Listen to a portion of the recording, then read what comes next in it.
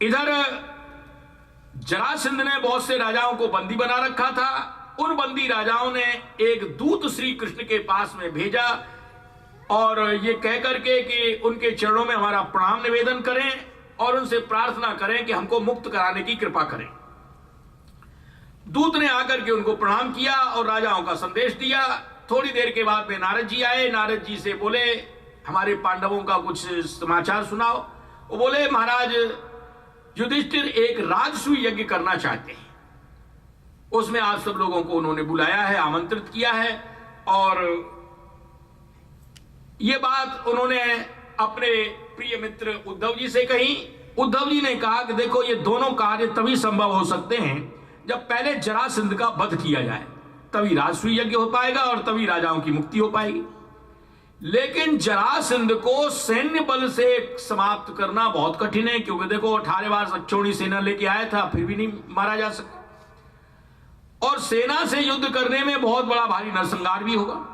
बोले, एक उपाय है, भीम, अर्जुन और आप तीनों व्यक्ति ब्राह्मण का वेश बना करके जरासंध के द्वार पर जाएं, उसे द्वंद्व युद्ध की याचना करें। वो ब्राह्मणों का बड़ा भक्त है, जो मांगेंगे सो दे देंगे। और उस द्वंद्व युद्ध में आपकी कृपा से भीम उसको मार सकते हैं, क्योंकि भीम में भी 10,000 हाथियों का बल है और उसमें भी 10,000 हाथियों का बल है। यह बात सुनकर के भीम, अर्जुन और कृष्ण तीनों व्यक्ति ब्राह्मण का वेश बना के जरासंध के दरवाजे पर पहुंचे और बोले, राजन, हम बहुत दूर से आए, तुम्हारे अतिथि, हमारी मनचाही वस्तु मिलनी चाहिए।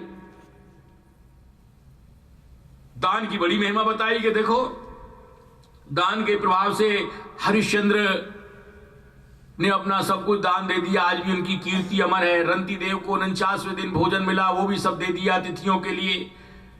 तो दान से, इसी शरीर से मनुष्य एक शाश्वत कीर्ति को प्राप्त कर लेता है। इधर जरासंध सोचने लगा कि भाई, इनके शरीर में, कि ब्राह्मण के शरीर में तो इतनी दम होती नहीं है। इनकी आकृति से देखो, शरीर का गठन देखो, ये तो क्षत्रियों जैसा लग रहा है। और ध्यान दिया तो उसमें हाथ में बाण चलाने के निशान भी बने हुए थे। समझ लिया है तो ये क्षत्रिय, और इनको कहीं मैंने पहले देखा भी है। लेकिन चलो, मेरे दरवाजे पर ब्राह्मण बन के आए हैं, भले ये क्षत्रिय हैं, लेकिन ये जो कुछ मांगेंगे मैं इनके लिए दूंगा। विचार करने लगे कि देखो, बलि की यज्ञशाला में विष्णु भगवान स्वयं वामन रूप बना के गए थे, वामन के रूप में। गुरुदेव शुक्राचार्य जी ने इनको रोका, बताया कि देखो ये विष्णु, इनको दान मत दो। लेकिन जान अन्नपी महिम प्रादा, जानते हुए भी उन्होंने 3 पग भूमि देने का संकल्प कर दिया। इन बातों को विचार करके सोचने लगे, अगर ये मेरा सिर भी मांगे तो इनको वो भी देने को तैयार हूं। और कहा, हे विप्राभीताम कामो ददामि आत्मस्वरूपी वह। हे ब्राह्मणों, तुम जो चाहो हमसे मांग लो, अगर तुम मेरा सिर भी मांगोगे तो मैं वो भी देने को तैयार हूं।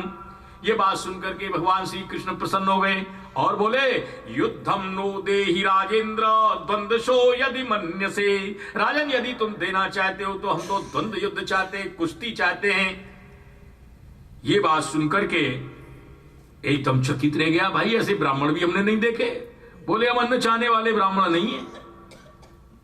बोले, भाई द्वंद्व युद्ध तुम्हारे लिए दिया, लेकिन तुम असली बात बताओ, तुम क्षत्रिय तो हो नहीं, ब्राह्मण तो तुम हो नहीं, तुम असली परिचय बताओ, तुम हो कौन। कृष्ण बोले, देख, असौ वृकोदरा, ये तो भीम है, और ये दूसरे, ये पार्थस्तस्य भ्राता अर्जुनो ह्यम, ये इनका छोटा भाई अर्जुन है। अब हमारा परिचय सुन ले। अनयोर मातुलेयम माम कृष्णम जानीते रूपम, इन दोनों का मामा का लड़का मैं कृष्ण हूं, तेरा पुराना शत्रु याद कर ले। 17 बार हरा के भेजा था। ये बात सुनकर के जरासंध बड़े जोर से हंसा। बोले, वाह भाई कृष्ण, तेरे तो कमाल कर दिया। देख कृष्ण, जरासंध ने कहा, तू तो भीरू है, कायर है, तेरे से युद्ध नहीं करूंगा। अरे डर के मारे तू मथुरा को छोड़ करके समुद्र की शरण में चला गया, वहां जाकर के द्वारका जा बसाई। तेरे जैसे कायर से मैं युद्ध नहीं करूंगा। ये जो अर्जुन है, ये मेरे से अवस्था में छोटा है, बल में भी कम है, इससे भी युद्ध नहीं करूंगा। हाँ, भीमस्तुल्य बलो ममा, ये भीम जो है हमारी बराबरी का है, इससे हमारी नपेगी। एक गदा भीम के हाथ में दे दी और एक स्वयं ले ली। दोनों जोट अखाड़े में उतर आई, एक दूसरे के ऊपर अपने दाव चलाने लग गए। सवेरे सूर्योदय से लड़ाई शुरू होती, सूर्यास्त तक लड़ाई चलती, और रात्रि के समय सब एक ही जगह खूब हलवा पूड़ी घोटते, सब साथ साथ रहते। राग द्वेष की लड़ाई थी नहीं।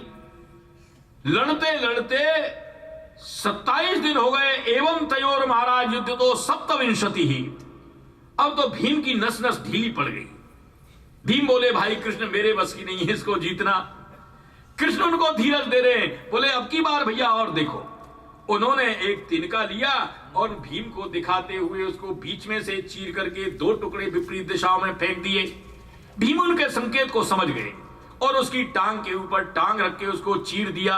2 टुकड़े हो गए, उन दोनों टुकड़ों को विपरीत दिशाओं में फेंक दिया। समाप्त हो गया जरासंध, हाहाकार मच गया। ये जरासंध जो था, विदुरथ की पत्नी के गर्भ से एक शरीर के 2 टुकड़े हुए। उसको जरा नाम की राक्षसी ने दोनों को जोड़ दिया, जियो जियो कहकर के, उससे यह जरासंध हो गया था। अब जरासंध के मृत्यु के बाद में जितने भी राजा थे, कैदी राजा, वो सब मुक्त हो गए।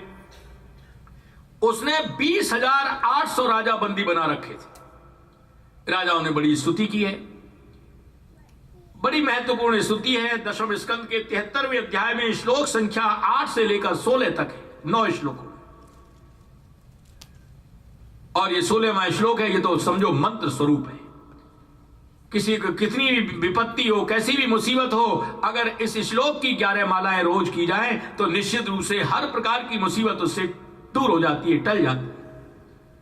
कृष्णाय वासुदेवाय हरे परमात्मने प्रणतक्लेश नाशाय गोविंदाय नमो नमः। वासुदेव भगवान श्री कृष्ण जो परमात्मा हैं, अपने शरण में आने वालों के समस्त प्रकार के क्लेशों को दूर कर देते हैं। उन गोविंद भगवान को हम बार बार प्रणाम करते हैं। इधर श्री कृष्ण ने जरासंध के पुत्र सहदेव का राजगद्दी पर अभिषेक कर दिया। उन्होंने बहुत सारी सामग्री राजसूय यज्ञ के निमित्त महाराज युधिष्ठिर के पास में कृष्ण, बलराम, कृष्ण, भीम और अर्जुन के द्वारा भिजवाई। उन्होंने ला करके सब कुछ सौंप दिया। अब यह प्रश्न आया कि भाई सबसे पहले किस देवता का पूजन किया जाए? यज्ञ के पहले देव पूजन किया जाता है, तो किस देवता का पूजन करें? सहदेव जी ने सलाह दी कि सबसे बड़े देवता तो कृष्ण हैं, उन्हीं का पूजन होना चाहिए। वहां पर बहुत से ऋषि मुनि थे, विश्वामित्र, वामदेव, सुमति, जैमिनी, क्रतु, पैल, पराशर, गर्ग, बहुत सारे, सबने एक मत से अनुमोदन किया, बोले बिल्कुल ठीक बात है, कृष्ण का ही पूजन होना चाहिए। वहां पर शिशुपाल भी बैठा हुआ था। शिशुपाल ये सुनते ही एकदम आग बबूला हो गया। बोले वाह, सभा के बीच में बड़े बूढ़े लोग भी बैठे, इतने विद्वान लोग बैठे हुए, ऋषि मुनि बैठे हुए हैं, इन सब लोगों के रहते रहते इस लड़के का पूजन किया जाए, ये चोर है, ये छिनट्ट है, हम इस बात को सहन नहीं कर सकते। गाली गलौज करने लगा। भीम और अर्जुन को गुस्सा आया, उसको मारने को एकदम तैयार हो गए। श्री कृष्ण ने अपने नेत्र के संकेत से उसको शांत कर दिया, और उस समय वो तो गाली देता जा रहा है, और श्री कृष्ण उस समय गिनती करते जा रहे हैं, 1 2 3 4 5 6 7 8 9 10, जैसे छोटे बच्चों को गिनती काउंटिंग सिखाई जाती है, वो गिनती कर रहे हैं, काउंटिंग कर रहे हैं।